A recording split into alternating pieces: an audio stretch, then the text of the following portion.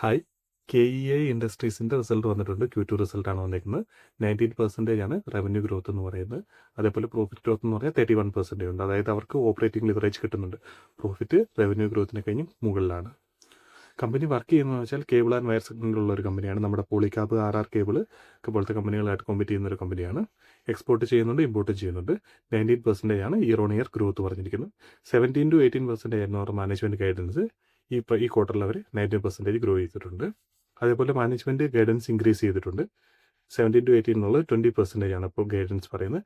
അതും വരുന്ന 3-4 വർഷത്തേക്ക് കമ്പനി 19% അല്ല 20% മുകളിൽ ഗ്രോ ചെയ്യുമെന്നാണ് പറയുന്നത്. ഈ ക്വാർട്ടറിലാണ് 19% വന്നിരിക്കുന്നത്. കുറച്ച് നല്ലൊരു ഗൈഡൻസ് ആണ്.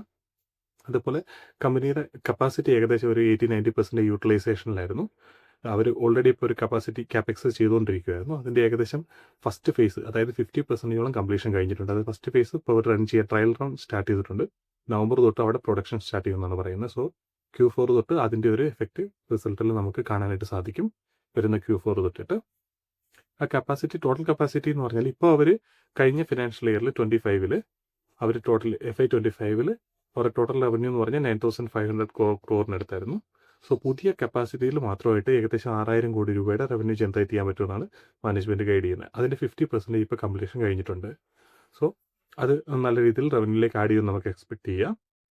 അതേപോലെ കമ്പനിയുടെ ഓർഡർ ബുക്ക് എന്ന് പറഞ്ഞു കഴിഞ്ഞാൽ ഏകദേശം 3,800 കോടി രൂപയുടെ ഓർഡർ ബുക്ക് ഇപ്പോൾ കമ്പനിയുടെ കയ്യിൽ അവൈലബിൾ ആണ്. അതിനകത്ത് B2C ഇല്ല. B2C എന്ന് പറഞ്ഞാൽ ഏകദേശം ഒരു 15 ഡേയ്സ് കൊണ്ട് തന്നെ കംപ്ലീഷൻ നടത്തുന്ന ഓർഡേഴ്സാണ്. സോ അത് അതിനകത്ത് ആഡ് ചെയ്തിട്ടില്ല.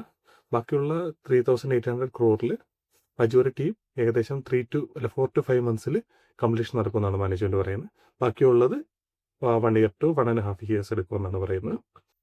അതേപോലെ അവർ എക്സ്പോർട്ട്, ഡൊമസ്റ്റിക് എന്ന് അങ്ങനെ തരംതിരിച്ച് നോക്കാറില്ല. അവർ ഏതാണോ ബിസിനസ് അവർക്ക് കിട്ടുന്നത് അത് അവർ കംപ്ലീറ്റ് ചെയ്യുകയാണ് ചെയ്യുന്നത്. സോ എക്സ്പോർട്ടിൽ കുറച്ച് മാർജിൻ കൂടുതലുണ്ടെങ്കിലും അവരത് നോക്കുന്നില്ല. മാക്സിമം ബിസിനസ് അവർ ചെയ്യാനാണ് ശ്രമിക്കുന്നതെന്നാണ് മാനേജ്മെൻറ്റ് ഗൈഡ് പറഞ്ഞിരിക്കുന്നത്. ഇത്തരം കാര്യങ്ങളാണ് മേജറായിട്ട് കമ്പനിയുടെ ബിസിനസ്സിനെ പറ്റി പറയാനുള്ളത്. സോ ഇനിയിപ്പോൾ അവരുടെ കോമ്പറ്റീഷനായിട്ടുള്ള പോളിക്യാബിൻ്റെ റിസൾട്ട് എന്ന് വന്നിട്ടുണ്ട്. പോളിക്യാബിൻ്റെ റവന്യൂ ഗ്രോത്ത് എന്ന് പറയുന്നത് 19%, പ്രോഫിറ്റ് ഗ്രോത്ത് എന്ന് പറയുന്നത് 50% മുകളിലും ഉണ്ട്. സോ ഇത് രണ്ടുപേരും ഏകദേശം ഒരേ റേറ്റിലാണ് ഇപ്പോൾ ഗ്രോ ചെയ്തുകൊണ്ടിരിക്കുന്നത്. പോളിക്യാബ് 19 ആണ്, KEI ഇൻഡസ്ട്രീസ് 19 ആണ്. KEIയുടെ ഗൈഡൻസ് 20% മുകളിലുണ്ട് താനും. ഇനി RR കേബിളിൻ്റെ റിസൾട്ട് വരാനുണ്ട്. അതുപോലെ 1-2 കമ്പനികളുടെ കൂടെ റിസൾട്ട് വരാനുണ്ട്. സോ അത് വന്നതിന് ശേഷം ഇവരുടെ എല്ലാ ഗ്രോത്ത് റേറ്റ് നമുക്ക് കമ്പയർ ചെയ്യാനായിട്ട് പറ്റും. പിന്നെ PE റേഷ്യോ നോക്കിക്കഴിഞ്ഞാൽ ഇപ്പോൾ ഇവരുടെ PE റേഷ്യോ എന്ന് പറഞ്ഞാൽ 50-ന് മുകളിലുണ്ട്.